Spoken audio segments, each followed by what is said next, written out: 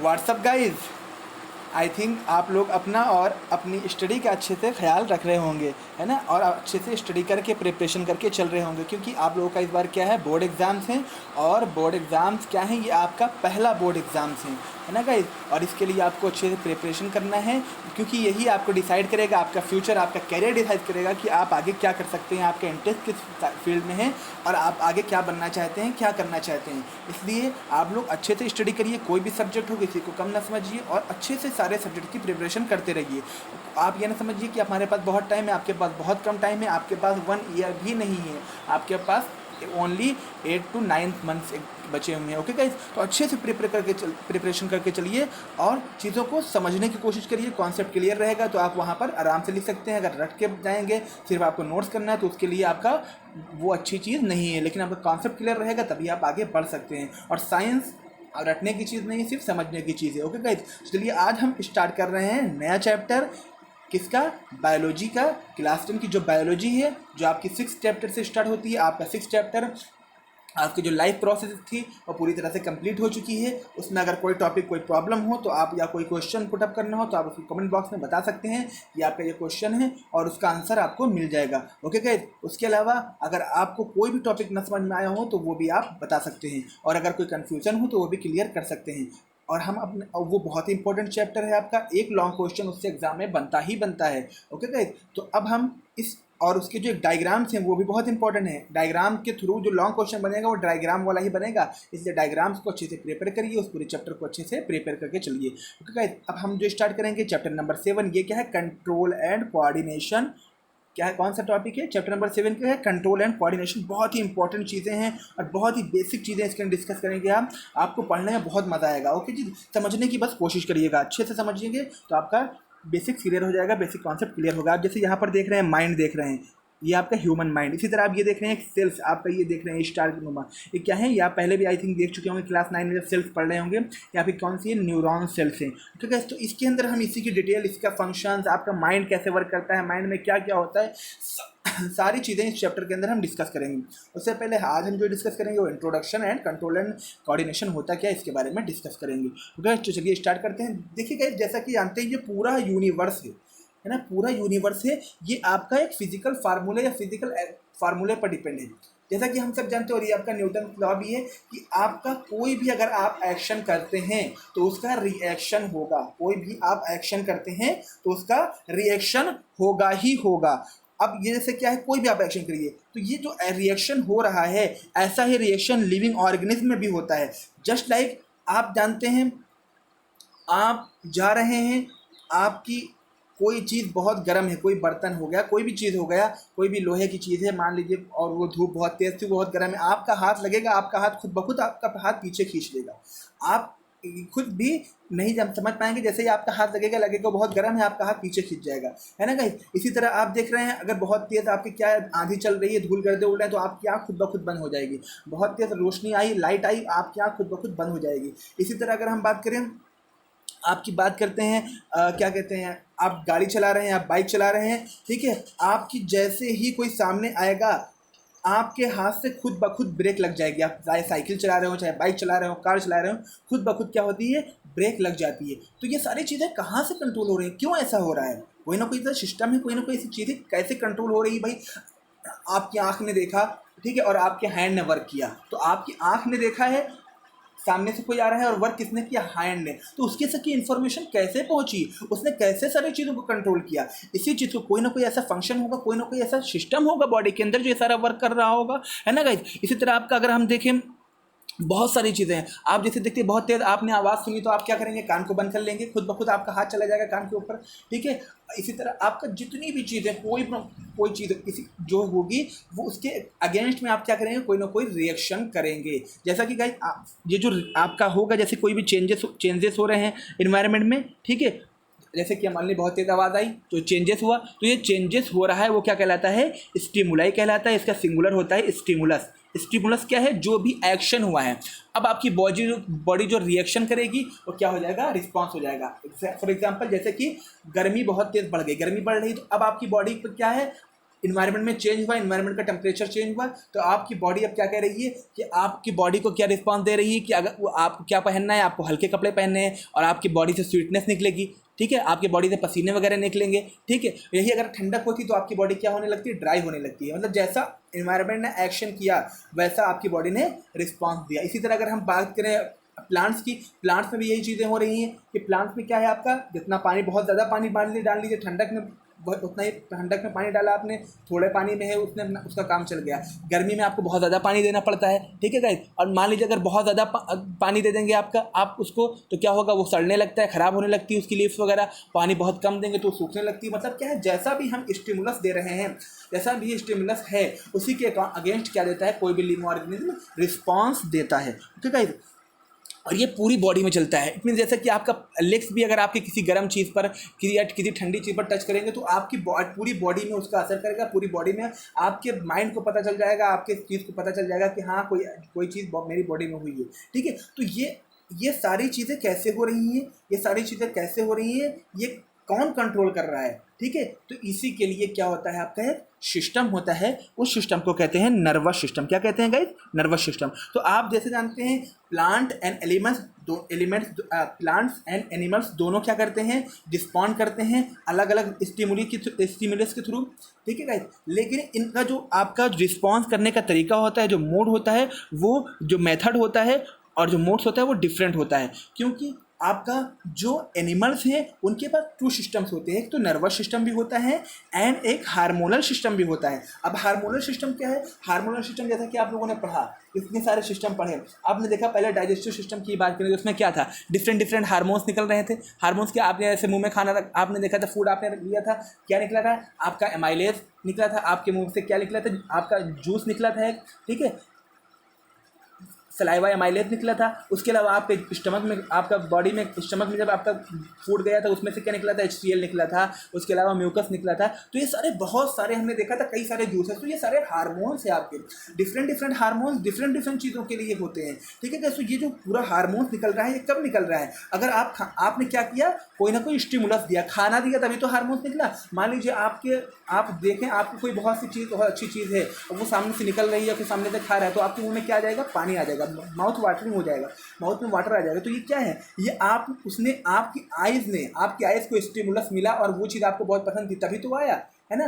तो यही चीज़ है, क्या है, जैसा आप क्या करेंगे, जैसा उसको स्टिमुलस देंगे उसी के अगेंस्ट में क्या निकलेगा, हार्मोन्स निकलेगा। तो आपका जो एनिमल्स के पास है उनके पास नर्वस सिस्टम भी होता है और हार्मोनल सिस्टम भी होता है। इसको हम एंडोक्राइन सिस्टम भी कहते हैं। एंडो मतलब बॉडी के अंदर, ठीक है, एंडोक्राइन सिस्टम भी कहते हैं। एंडोक्राइन सिस्टम या हार्मोनल सिस्टम दोनों आपका एक ही चीज़ है, ठीक है। लेकिन आपके जो प्लांट्स होते हैं उनके पास सिर्फ हार्मोनल सिस्टम होता है। अब जैसा कि गाइस देखिए, नर्वस सिस्टम हमारे पास है, हमारा कहीं से मान ली बहुत तेज धूप है तो अब क्या करेंगे, हट जाएंगे वहाँ से, ठीक है। अब बारिश हो रही है, हम किनारे हो जाएंगे, बर्फ गिर रहे हैं, हम किनारे हो जाएंगे। हमें क्या हो जाएगा, हमें महसूस हो जाएगा, क्योंकि हमारे पास क्या है, नर्वस सिस्टम है। लेकिन जो आपका प्लांट है वो खराब हो जाएगा, टूट जाएगा, आपका उड़ जाएगा, लेकिन वो हट नहीं पाएगा। क्यों, क्योंकि उसके ऊपर नर्वस सिस्टम नहीं है। हाँ, वो हार्मोनल रिस्पॉन्स देगा कि उसको, वो अगर मान लीजिए बहुत ज़्यादा पानी पड़ गया तो ख़राब हो जाएगा, कम पानी है तो उसका क्या हो जाएगा, वो सूख जाएगा, ठीक है। उसको सही से प्रोटीन वगैरह, नाइट्रोजन और आपका पोटेशियम वगैरह नहीं मिल पा रहा है तो वो ख़राब हो जाएगा, सही से ग्रो नहीं करेगा। लेकिन वो क्या करेगा,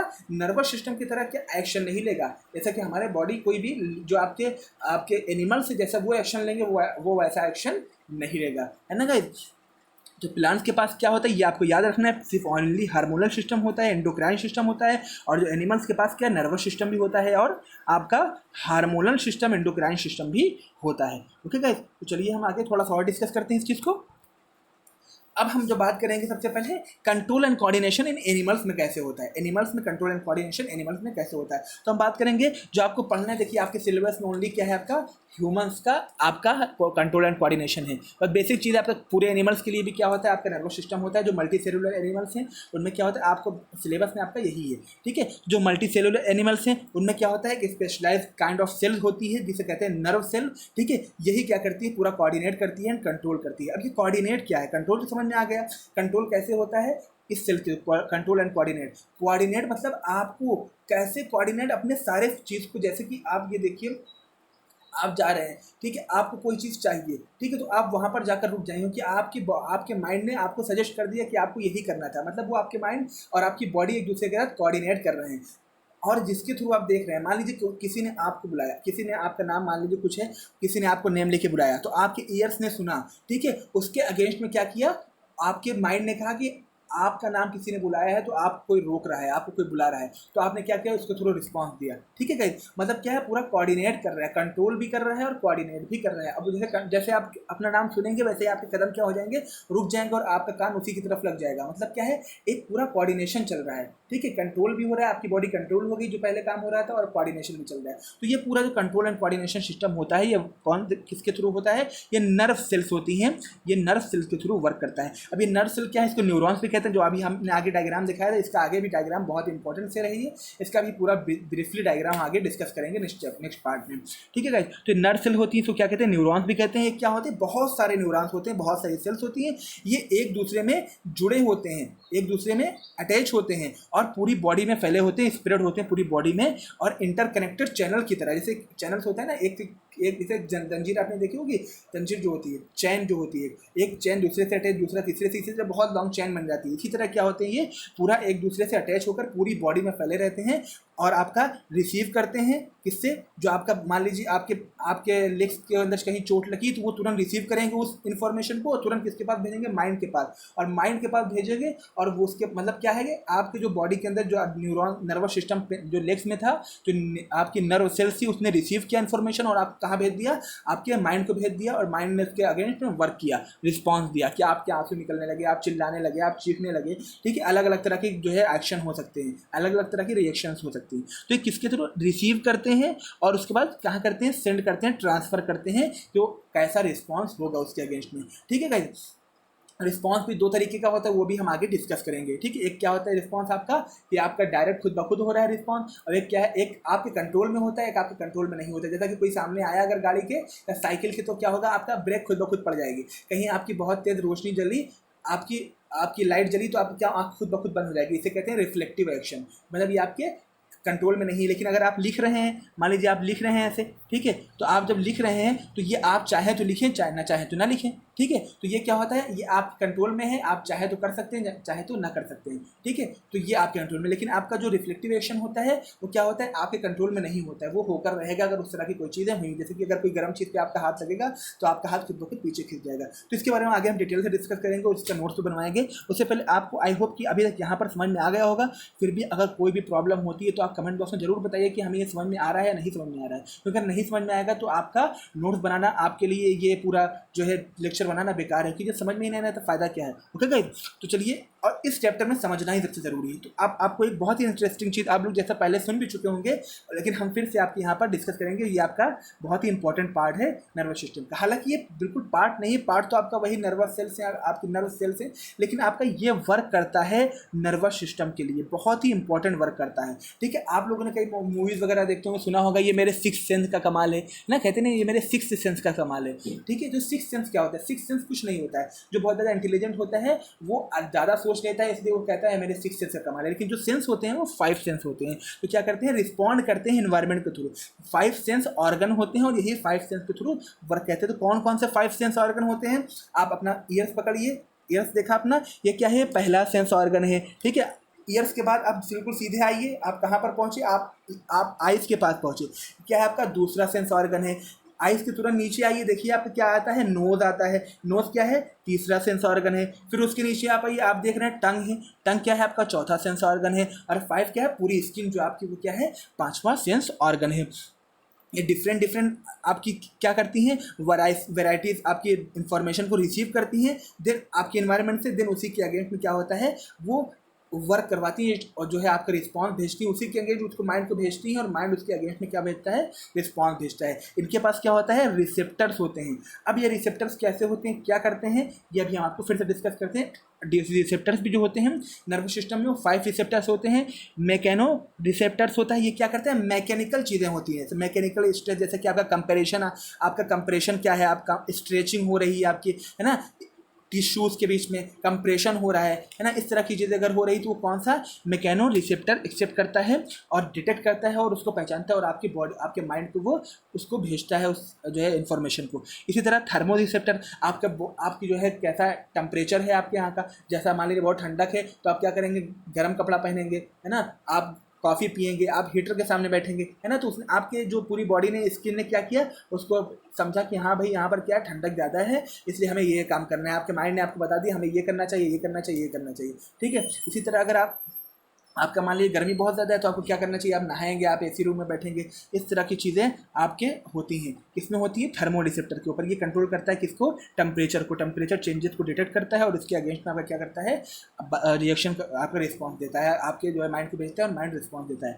इसी तरह आपका नोसिसेप्टर जिसे कहते हैं, नोसाइसेप्टर्स कहते हैं इसे, ये क्या करते हैं, पेन रिसेप्टर्स होते हैं, इसको पेन रिसेप्टर्स भी कहते हैं। मतलब जितने भी आपका कोई आपके टिश्यू या आपके सेल्फ में जो आपकी टूट फूट रही है, आपका जो जितना भी प्रॉब्लम हो रही है, चाहे वो केमिकल डैमेज हो या फिजिकल डैमेज हो, किसी भी तरह का डैमेज हो, उसको क्या करते हैं, उसको डिटेक्ट करते हैं और आपका क्या करते हैं, उसके अगेंस्ट में क्या करते हैं, रिस्पॉन्स भिजवाते हैं, ठीक है। इसी तरह इलेक्ट्रोमैग्नेटिक जो है रिएक्शन, ये क्या होता है, आपका जो आइज़ होती हैं, आइज़ जितना भी लाइट डिटेक्ट करती हैं, ये सारा जो है आपका जो होता है इलेक्ट्रोमैग्नेटिक रिसेप्टर्स के अंदर में होता है। इसी तरह आपका कीमो रिसेप्टर्स होता है। कीमो रिसेप्टर क्या है, आपका टेस्ट इन माउथ, जैसे कि आपकी टंग की बात करी थी हम लोगों ने। टंग क्या है भाई, आपने कड़वा खाना खाया, तुरंत आपके माइंड में मुंह आपका खुल गया और आपने क्या किया, आपको पानी चाहिए, ठीक है, आपका अजीब सा चेहरा लाल लाल हो गया, ठीक आपका। और इसी तरह का मान लिया आपने मीठा खाया तो आप आराम से निकल गए, आपका अलग तरह की चीज़ें जो है एहसास हुआ, ठीक है। तो क्या हुआ, और ये डायरेक्ट माइंड पे असर करता है, आपके माइंड को इन्फॉर्मेशन दी हमने कड़वा खाया, ठीक है। तो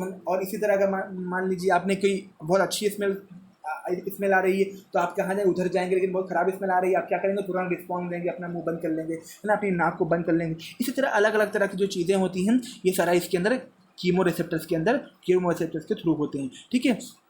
ये सारे सेंसरी रिसेप्टर्स हैं, ये क्या करते हैं, स्टिमुलस को टेक करते हैं, कैसा भी स्टिमुलस है स्टिमुलस को टेक करते हैं और फिर सेंट्रल नर्वस सिस्टम को जो है क्या करते हैं, सेंड करते हैं सारे इन्फॉर्मेशन, और वो क्या करता है, सेंट्रल नर्वस सिस्टम को आपका सेंड करते हैं, और किसके थ्रू, पेरिफेरल नर्वस सिस्टम के थ्रू सेंड करते हैं। और उसके बाद वो सेंट्रल नर्वस सिस्टम आपको बताता है कि आपको क्या करना है, कैसा रिस्पांस देना है, वो उसी के अकॉर्डिंग आपकी बॉडी रिस्पांस करती है। तो गाइज इसके अंदर अभी हम लोग सिर्फ आपका इंट्रोडक्शन समझ रहे थे, ये पूरा चीज़ों को समझ रहे थे। अब हम जो नेक्स्ट आपका आज का पार्ट यहीं तक है, इसके बाद वाले जो हम पार्ट में डिस्कस करेंगे वो डिटेल्ड आपका रहेगा, पूरा नर्वस सिस्टम के बारे में, बहुत सारी सेल्स, आपका पूरी बॉडी के बारे में हम डिस्कस करेंगे।